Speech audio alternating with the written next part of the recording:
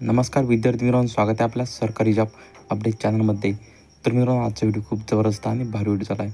तर मित्रांनो, तुम्ही जरा स्किप न करता आजचा व्हिडिओ ते पूर्णपणे बघा. तर मित्रांनो, आजची जी भरती निघाली मित्रांनो, ती महाराष्ट्र राज्य उत्पादन शुल्क विभागाची भरती आहे मित्रांनो, ती जाहीर झाली होती.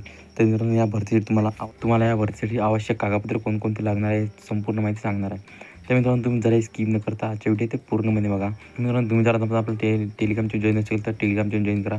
कारण की मित्रांनो, तिथे तुम्हाला PT पण सर्व जी माहिती राहते भरतीची ते तुम्हाला देत असतो. तर मित्रांनो, तुम्ही लवकर टेलिग्राम चॅनल जॉईन करून घ्या.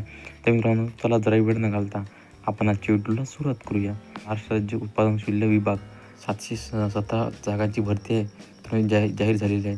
अर्ज करण्यासाठी लागणारे आवश्यक कागदपत्रे कोणकोणते लागणार आहे तर बघू शकता. पहिल्या नंबरला 10वीची मार्कशीट, दुसऱ्या नंबरला बघू शकता आधार कार्ड, तिसऱ्या नंबरला बघू शकता नॉन क्रिमिनल, चौथ्या नंबरला बघू शकता टंकलेखनाचे प्रमाणपत्र व लघुलेखनाचे प्रमाणपत्र, पाचव्या नंबरला बघू शकता हलके मोटर वाहन चालवण्याचा 3 वर्षाचा अनुभव, आणि 6व्या नंबरला बघू शकता जातीचा दाखला, आणि 7व्या नंबरला बघू शकता फोटो सही, आणि 8व्या नंबरला बघू शकता मोबाईल आणि ईमेल ID.